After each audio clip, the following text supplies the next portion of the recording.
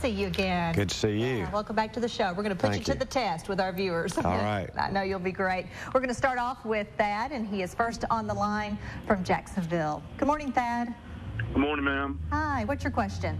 My question is for the doctor.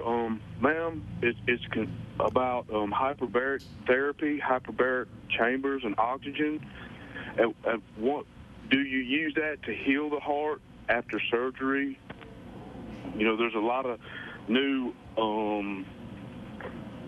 test results out about hyperbaric chambers and what oxygen does for autistic and healing of organs. Okay. Well, I don't think it's, you know, I don't even think there's a hyperbaric system here in the state of Arkansas, and I was just wondering why. Okay. Thanks, Thad. Well, I think there is one. It's not really used for the heart itself, but it's a very good tool for healing when wounds are don't have enough oxygen. It intensifies the oxygen in the wound, and so that's really what it's used for. Sometimes when people have had a anoxic brain injury for some bad event, it actually can be used for that, but that's very rare and almost never used anymore. And not so much after heart surgery, right. Really. We don't. If you're using that after heart surgery, that's things aren't going too good. Okay, all right. Thank you, Thad, for the question. Interesting. We're going to go now to April, who is in Sherwood. Hi, April. You there, April? Go ahead.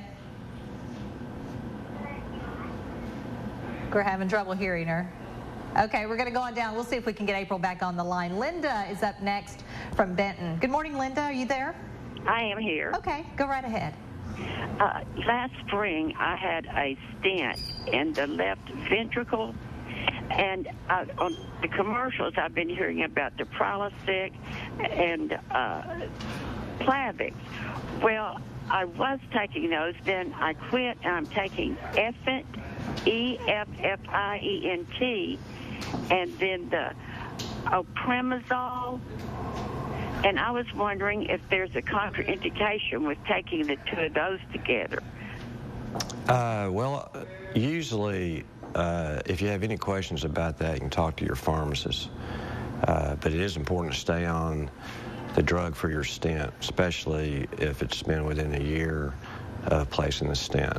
Okay. But if you ever have any questions about any medications and whether they contradict each other or potentiate the effects of each other or are dangerous, your pharmacist will be able to do that in a heartbeat. Just pull it up on his screen, he can tell you right away. And usually if you're on that, if that's going to be a problem, they've already been tipped off, and you can be pretty sure you're okay with those two drugs. Okay, thank you so much, April. We've got just a few minutes. We want to talk a little bit just about surgery and what people should expect if they're going in for heart surgery, and how long is recovery time now? It varies to the operation and the condition of the patient. If you're a healthy patient and you're going to have standard bypass surgery, a lot of times those patients can actually leave the hospital in 3 days. That's the fastest. Usually it's an average of 4 to 5 days, and that depends on whether they're having any problems with their heart rhythm. But most of the time, they get out pretty fast. You want to get them up and moving as soon as possible. People are up the next morning, eating breakfast. They actually sometimes will be off the ventilator within a few hours of surgery, talk to their family, and it goes really smooth. It's very streamlined, and it's not something to be afraid of. Exactly. I think we've got time for one more. Layla is on the line right here in Little Rock. Hi, Layla. Hi. Hi. Go right ahead.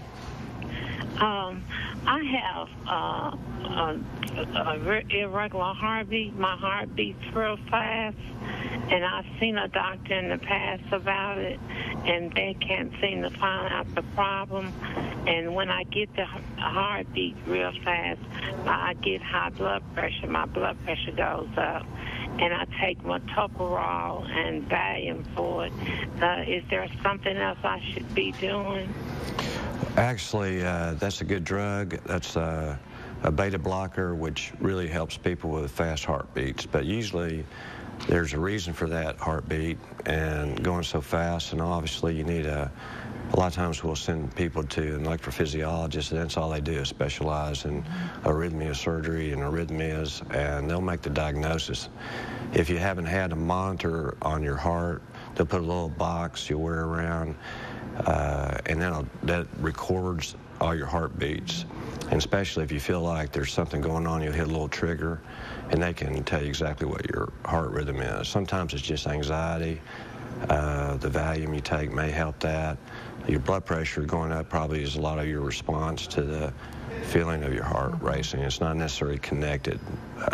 But if it keeps going, you need to talk to your doctor, and they'll refer you to somebody that'll study that for you. Maybe get one of those Holter monitors on for you to use. All right, great questions today. We appreciate it. We want to remind everybody about St. Vincent and, of course, cardiovascular surgeons. And there's the number and the address if you need to call and ask any more questions, 666-2894. And Dr. Michael Bauer, of course, part of them. You see him on the commercial with your dad, right? That's right. Your family, all there at St. Vincent. A lot of good history. Thank you. All right. Thank you, Dr. Enjoyed Bauer. it. We appreciate it. Thank you very much.